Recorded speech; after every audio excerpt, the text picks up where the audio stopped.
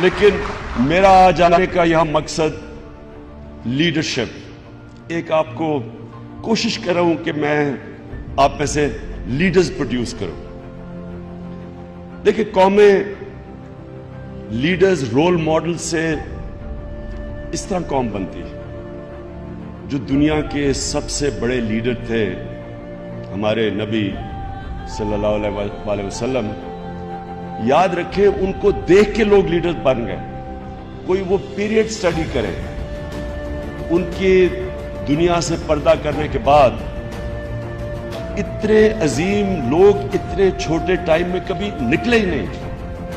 وہ period study کرے ان کے بعد، یعنی جس طرح ایک سے ایک بڑا عظیم انسان نکلا، تو وہ کیا تھا؟ وہی لوگ پہلے تھے۔ ان کے جانے کے بعد کیا ہوا کہ ہر کوئی لیڈر بن گیا۔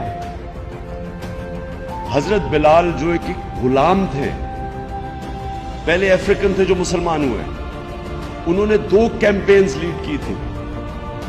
خود سوچیں کہ ایک کیمپین یعنی جنرل بننا، ایک کیمپین کو لیڈ کرنا، ایک پوری اس کے لیے آپ کو ایک ٹریننگ چاہیے۔ تو غلام بن ایک جنرل بن گیا تو کچھ ہوا ہوگا نا، کچھ اس لیڈر کو اس نے کچھ کیا ہوگا ان لوگوں کے اوپر کہ سب لیڈر بن گئے۔ 17-18 سال کا محمد بن قاسم یہ ہندوستان آ کے سندھ فتح کر لیتا۔ طارق بن زیاد 13,000 اپنی فوج سے اسپین فتح کر لیتا۔ کوئی موروکو نکل جاتا ہے، کوئی سینٹرل ایشیا نکل جاتا ہے۔ خالد بن ولید جیسا کوئی جنرل آیا ہی نہیں۔ تو کیا تھا وہ لوگ جو ایک دم سب لیڈرز بن گئے؟ تو یہ میں چاہتا ہوں کہ آپ اس کے اوپر اس لیے غور کریں کیونکہ قوموں کو لیڈرز اٹھاتے ہیں۔ اور میں بڑے افسوس سے کہتا ہوں، میں اس لیے میں نے فیصلہ کیا کہ میں اپنے جو فیوچر آپ کا ہے، میں اپنی فیوچر جنریشن کو کوشش کروں کہ آپ میں سے سمجھیں کہ لیڈرشپ ہوتی کیا ہے، لیڈر کیسے بنتا ہے۔ تو میں آپ کو اب بریفلی بتاؤں گا کہ لیڈر ہوتا کیا ہے، اس میں کیا کوالٹیز چاہیے۔ ضروری نہیں کہ وہ سب سے انٹیلیجنٹ ہو، سب سے پڑھا لکھا ہو، سب سے پیسے والا ہو۔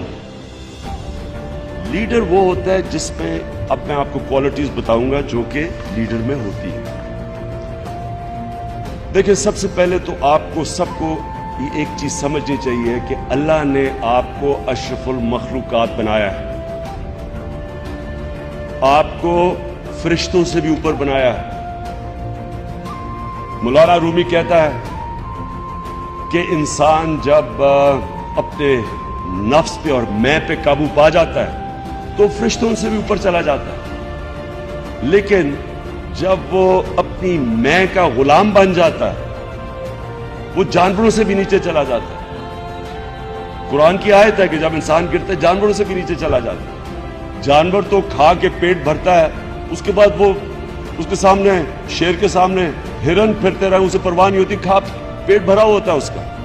یہاں تو پیٹ ہی نہیں بھرتے جانوروں کی، کیونکہ جب انسان میں انسانیت نہ ہو وہ عقل مند جانور رہتا ہے۔ انسان تو انسان تب ہے کہ جب اس میں انسانیت ہو۔ جانور بھی آتا ہے دنیا میں، کھاتا ہے، بچے پیدا کرتا ہے اور مر جاتا ہے۔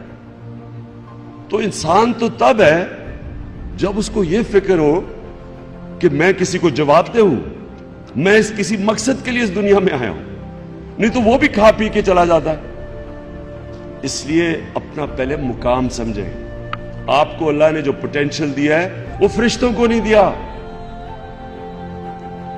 مولانا رومی کی ایک سینگ ہے کہ جب اللہ نے آپ کو پر دیے ہیں، انسانوں کو کہتا ہے، جب اللہ نے آپ کو پر دیے ہیں تو زمین پہ کیوں رینگ رہے ہو، کیڑوں کی طرح کیوں رینگ رہے ہو، جب آپ جس طرح اقبال کہتا ہے آپ شاہین بن سکتے ہیں۔ تو دیکھیں، یہ بڑا ضروری ہے سمجھنا کہ انسان ایک بڑا انسان بنتا کیسے، لیڈر بنتا کیسے۔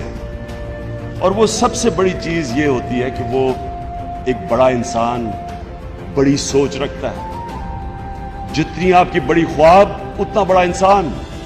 اگر آپ کی سوچ ہی چھوٹی سی ہے میں کھا پی کے چلا جاؤں گا تو آپ اتنا ہی ہیں جتنا مرضی انٹیلیجنٹ ہو. جتنی آپ کی بڑی خواب اور ڈریم اور سوچ ہوگی ادھر ہی آپ پہنچیں گے.